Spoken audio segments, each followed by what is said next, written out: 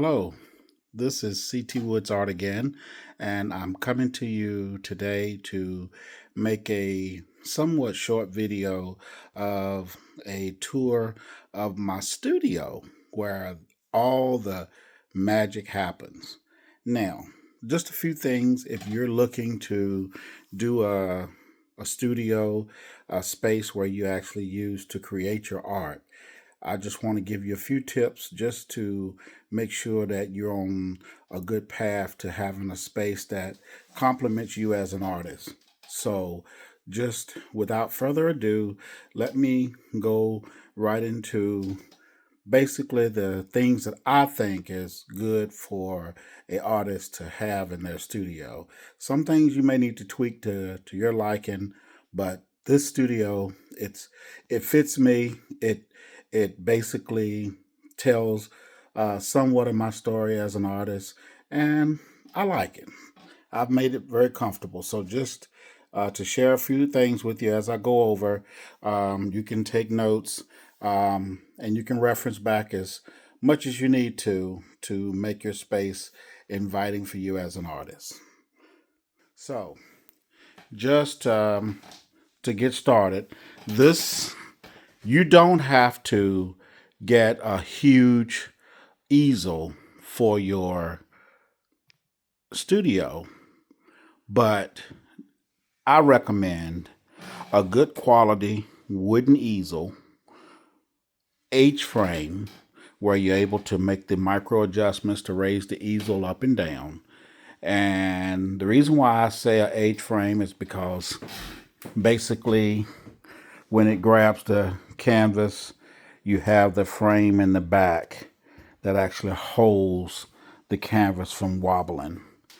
And for me, it's sturdy enough to where I can attach my lights and whatnot, LEDs that go over top of the canvas, because you want it to be sturdy enough to hold all these different devices, because as you get into painting, you're going to get more advanced. So I have a mount that's mounted onto this easel from one of my iPads. I have a paper towel holder mounted to the easel, and I also have cords and things for power mounted to the easel. So needless to say, I bought a sturdy easel to be able to handle all the upgrades in the future, because you're going to be bearing a lot of weight. And then also another thing is that the easel needs to be strong enough where you can dab the paintbrush and push on the canvas, and the easel is able to hold the canvas and the weight and the forces that you actually put onto the canvas, because it's designed for you to press the bristles of the brush into the canvas. Sometimes in certain instances, you're going to need that support. So I recommend, if you have the space, to get an H-frame easel. Now, there is other easels that will work for artists that are not able to have this type of big frame easel in their house or studio or whatever have you. So I do have an alternative to this that I also use in my studio when I have more than one painting going on. I'll show you that in just a little bit. Now, I have iPads that I actually paint and draw from, and these holders are big enough for the 13-inch iPad, and it was purchased off of Amazon, and it actually clamps onto this little table. And what I did is I got a little table where, it's just little things you need to set down when you're painting, like the remote to the TV. Of course, I'm a big kid, so I have a PlayStation, and I keep my controller there, because sometimes I play my Apple Music on the PlayStation along with YouTube and all the different things, because I'm big into music while I'm actually in the studio painting. And if you notice, I'm left-handed, so all of the things that I do with my right hand, I have on my right-hand side, and all the things that I do with my left hand, I have on my left-handed side, so I don't have to ever cross over. Now, I do have a TV in my studio. A lot of professional artists frown against having a TV in their studio. Well, I'm different. It's my world. I do what makes me comfortable as an artist. So I recommend to you to do what makes you comfortable as an artist. If you like looking at videos and information and looking at programs and stuff while you're in the studio, by all means do that. If that helps you be creative, puts you in a good mood, then by all means do that. For me, I spend a lot of time in here. I spend countless hours in this space. So I need to have the things that I need in here in order to help me and to enjoy my space. Now, I went to Lowe's, bought a 4x8 piece of pegboard, and I put this on the wall. And I went on Amazon and bought this pegboard clips and hangers. And I have all, and these little clips are nothing but just office paper clips that you put on stacks of paper. I actually clip them onto my paint, and they make for good holders, and they work perfect. And you can flip the one in the front down and let the one in the back stay up, and becomes a hook. So I just hook my paint this way. I like the fact that it's upside down. All the paint will drain to the front of the cap, and you don't have an air space, and it also helps keep the paint fresh. So I just love this board. I kind of got it color coded for the different colors. And then I have the bigger tubes of paint to my left because I don't use them as often, but the ones that I do use, I'll show you where I keep them at, because I want them to be able to be accessed with my left hand. So it's all about workflow and making things comfortable. I have all of my knives and palette knives down here. There's so many different types of knives. So you as an artist, you have to try them all, find out which one works better for you. I personally use the little skinny knife, and I use this probably 95% of the time. This works for me. For what I do, this works fine. I even can paint with it. So this is not the holy grail. You as an artist, you try and find out what works for you. And once you get into it and find out, then you can choose the knife that works best for you. I do like to have the palette knife that has the stainless steel blade and the wooden handle. I find that they last a lot longer than the little cheap plastic ones. But if that's all your money can buy now, then by all means stay within your budget. Now, this little device here, I think you can buy them off of Amazon, but some of these tubes, when you get ready to open them, they're very hard to open. You'll almost crush the tube trying to turn the little top on top. And what this does is this is like a vise where you put the tube of paint in there and clamp down, and it helps you open the paint. So this is a very useful tool to have in your studio. And I keep it here to my right to access with my right hand when I need it. Excuse some of the mess in my studio. This is a working studio, so it's not immaculate. It's organized somewhat, but it's not immaculately clean because it's worked in. This little color pamphlet, I often have talked about this because when you're duplicating pictures and painting from a source image, sometimes you want to match your colors. And trust me, these colors, when you look at them with white backgrounds and different backgrounds, they can be kind of tricky. So this kind of brings the colors into focus, and at least it gives you a direction of where you want to be with colors. So this is handy to have. You can get this from Michael's or Hobby Lobby.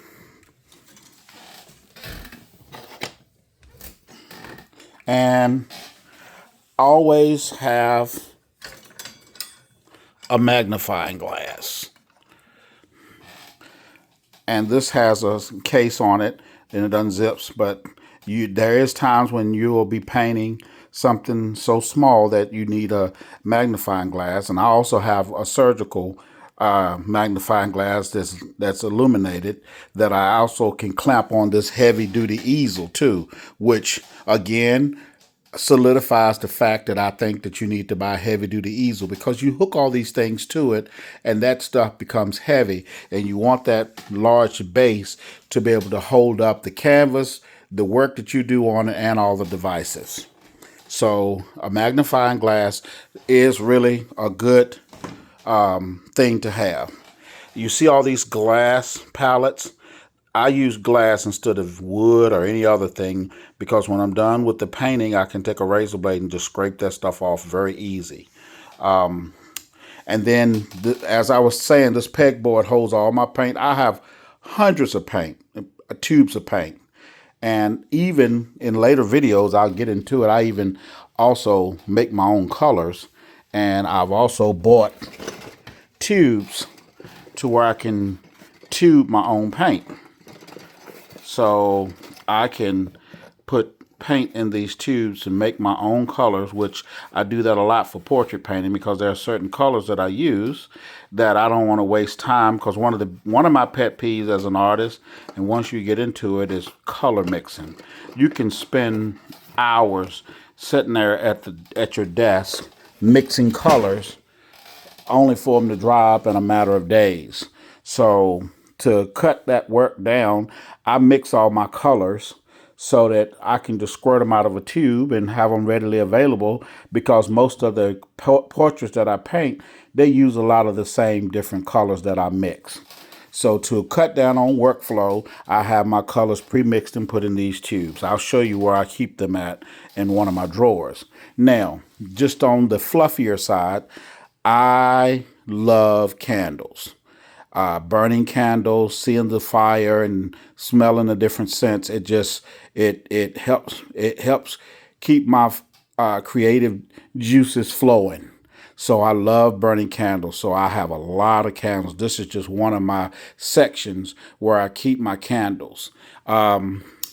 This device here is not a complicated device, but it does a big job. And this is a stick that I use for when I'm painting.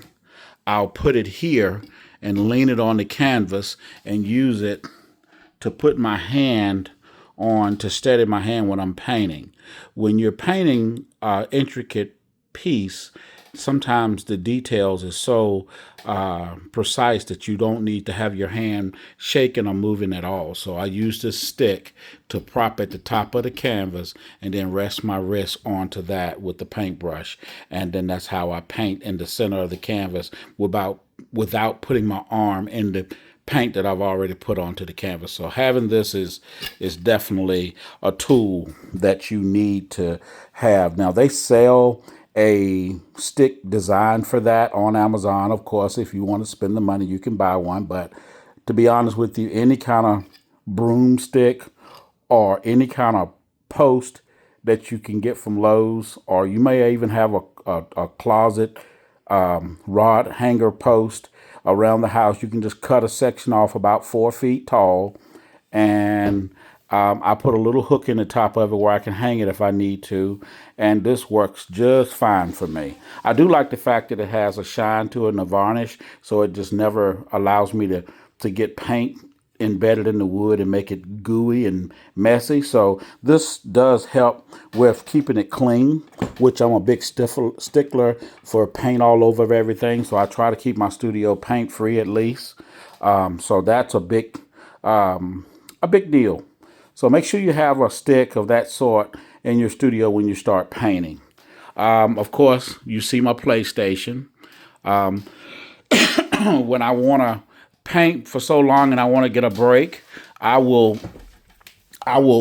stop off and then I will play a little bit on the PlayStation to reset my mind, and then I'll go back to painting. I tried chairs, things like that, but to me that didn't work out. So I went to Ross and I found this stool that's adjustable. It raises up pretty high when I have a big canvas because a lot of teachers will teach you that you need to stand up and paint, which it does help out a lot when you're standing up painting, but it's not mandatory. For me, I paint for long periods of time, 6 and 7 hours, so I just couldn't imagine standing and painting that long. So I do have a stool that I use, and I don't like a chair because I like the fact that this swivels. I can swivel to my paint palette, to the painting, and then also to my paint stash. And it allows me to swing all the way around, get up, and walk out of the studio. And it's small, compact. It doesn't take up a lot of space. And if you look at my setup, everything is in a U pattern where I can set in the middle of it, and everything is at arm's reach where I can paint and not have to get up to get anything unless it's something that I don't use that often, and I have it stored in other places in the studio. Now, moving on around, as I was telling you before, workflow is important. So in these cubbies, I have my mineral spirits that I rinse my brushes out. I have them in this pocket. I have one on the left of the easel, and I have one on the right. And basically I have these two here to rinse my brushes out when I'm painting. And I just keep my old rags. I don't use paper towels. I used to use paper towels, but I use old rags to clean my brushes because now I've gotten so efficient with my paints is that I don't really need a lot of rags to do things with because I've learned how to swish my brushes around, get all the Gamsol out of it, and I don't white paint much. I've learned how to mix it in and to work it in to where it doesn't be a problem. So once you become advanced with painting, you won't have a lot of wasting a lot of paint. Now, moving on around, I even have a carousel for my brushes. One of the things I'll tell you about my studio is that I don't really get too terribly worked up about expensive brushes because when it comes down to it, this brush here will probably be the one that you will use the most, even on huge paintings. It's just that you buying a bunch of big brushes, they're okay for who uses them. But for me, you find yourself using some of the smaller brushes more so than anything. But I do have a carousel to be able to get to all of my brushes. This stand and this stand you can find at Hobby Lobby. Very inexpensive. I like the fact that it swivels and you can spin it and see all your brushes. I keep all of my mediums right here on my desk. To my left, there's your liquid and your linseed oil, quick drying medium, your Galcod, and then I use these little squirt bottles to put these things in because I don't want to take the top off every time that I want to use them. So I'll put whatever I'm using in one of these squirt bottles and just squirt a couple of drops down onto my paint. And this, of course, is my Gamsol. I buy it in the big bottles. I've found that Hobby Lobby has the better price. They're cheaper than Michael's. This pretty much never goes on sale at Hobby Lobby, but they do have the cheapest price. I think this one was $18, and I think at Michael's, you're probably going to pay upwards of $27 to $30 for that bottle. It lasts a long time because this, you never have to really dump it. This can last up to 6 months. As long as you let it settle overnight, you come back the next day and it's clear and all the heavy bodies will just go to the bottom. I use a glass palette because I don't, as I stated before, I use a huge glass palette. I put all my paints on there. You can basically see the paints from underneath. I have the scrapers. And of course, this is the palette knives that I use. And here is some more of my candles. Once again, excuse the mess. I have drawers here where the paints that I use all the time, the ones that I use a lot, I have them here to my left. because this is where I'm actually working out of the most. So I don't have to turn all the way to my right to get the paints. And that's in that drawer. This drawer here, I have my winders, which when your paint tubes get low, you take and put this on here and you can wind them up as like a key to get all the residual paint out of your paint tubes. And here, I was telling you about how I tube my paint. See, all this drawer here is my custom paint colors that I've made. This is the olive color, which most of the time when I'm painting Caucasian skin, these tones are more relevant to that skin tone. And then when I'm painting Afro-American black skin, I use these tones here because they're different colors that you use in order to achieve the color tones. And basically when I do this, I do a whole series of colors, and there's 14 in the series, and it's in a book that I have that I get the colors from, and I'll eventually show you this in a later video coming, but all of these colors are numbered. And when I put them on the palette, I put them in an order from 2 to 14, and that's what you see here. So it's about 14 different colors, and all of these colors is what you need to do the skin tone. So this would take me hours to mix every time that I got ready to paint. So every time I would come in the studio, I would spend hours mixing up all these colors.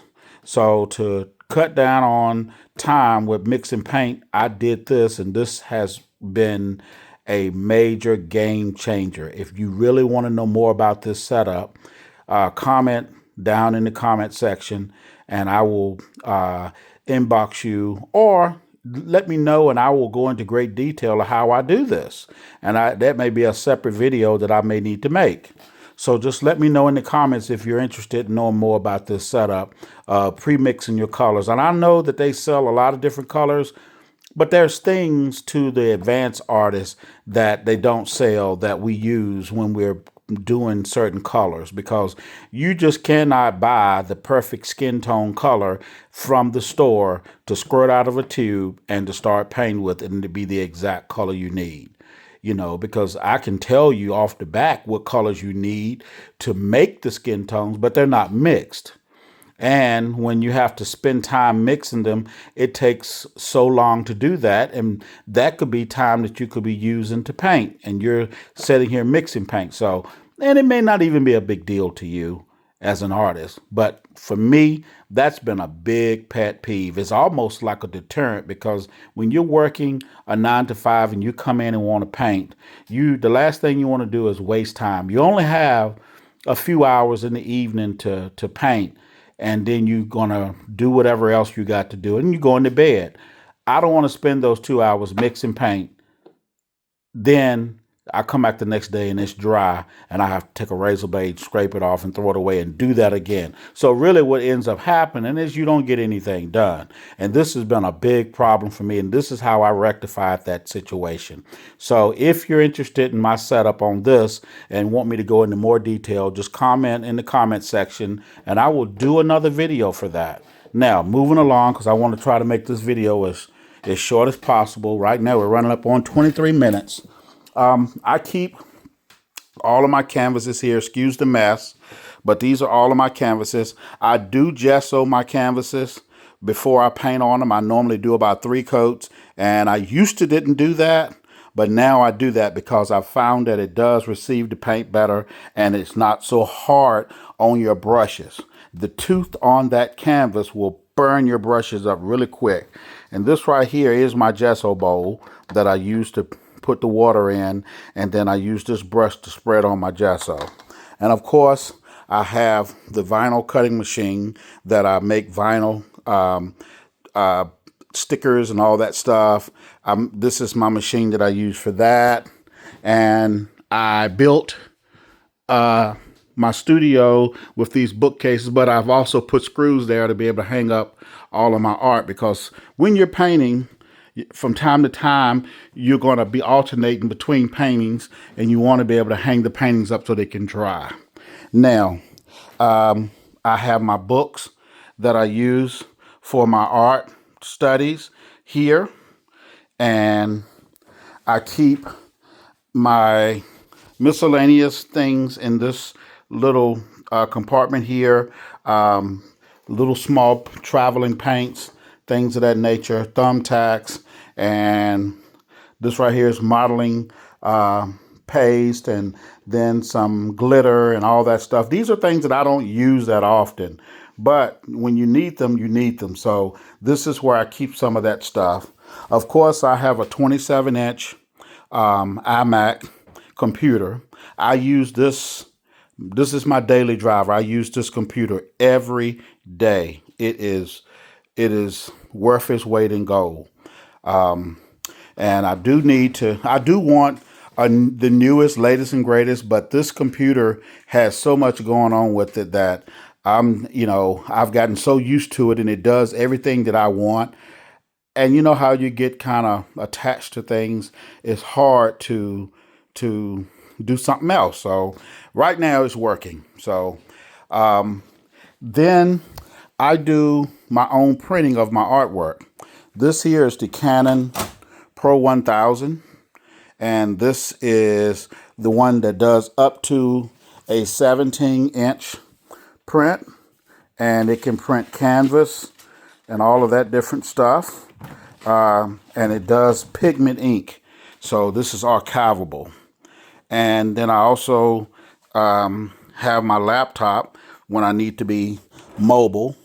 This is my HP laptop that I use when I need to move around. It's touchscreen, and this is one of the computers that I use.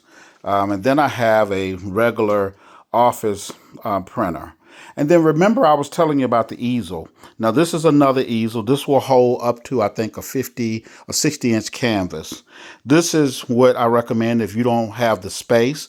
This one is somewhat collapsible. When you get done painting, you can take it down. And they sell this at Hobby Lobby also. But this is kind of a bigger easel. I don't like it because it is metal, and it doesn't have much space to hold anything. But if you don't have the space, this will work for you. And I went to a commercial fixture place and bought this rounder, and I got these hooks, and I keep all of my acrylics on this rack. And then all of the overflow that I have with the different items such as wet on wet.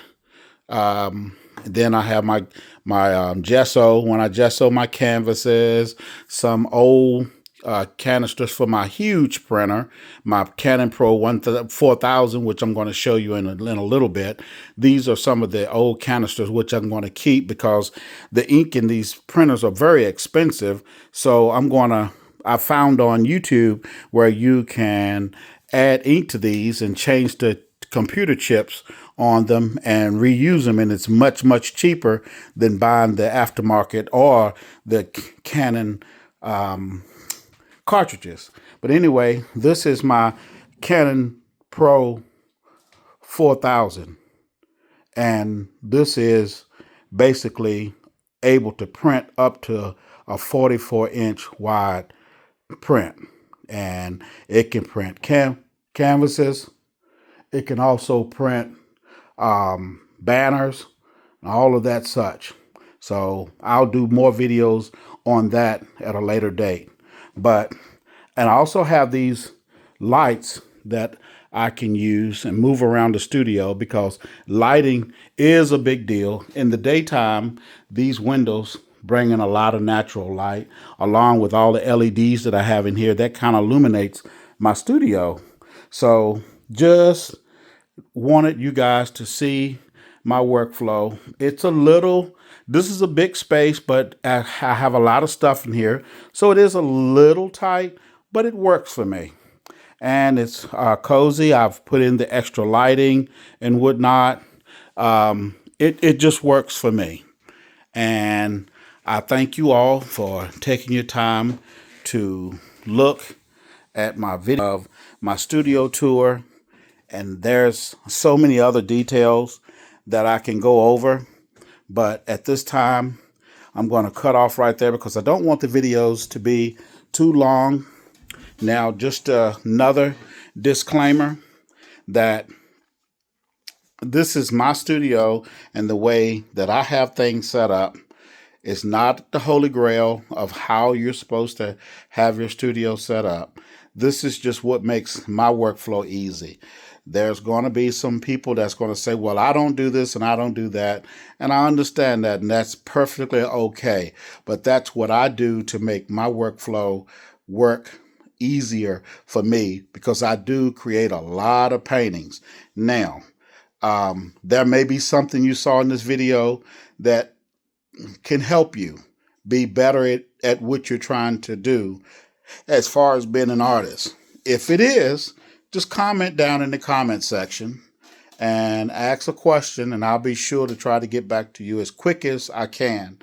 Also, I would like for you all to hit the subscribe button, subscribe to my channel, and also like this video, because this helps me be able to produce more videos where I can give you more content, because I do have a lot to say. I do have a lot of advice for you guys to help you be better artists. And one of the things that I tell all my artist friends is that there is no jealousy. There is no competition in my world with art. I am one of the kind of artists that I celebrate all artists, and we're all special in our own unique way. And I can't do what you do, and you can't do what I do, because I'm the only one that's in my head, and you're the only one that's in your head. And when I see your work, all I can do is marvel at it, because you are special, you are an artist, and you are the creator of your world. So once again, as I always say, we're creating and lighting up the world one painting at a time. Be blessed and stay strong and put the work in, and it'll pay off. Bye-bye.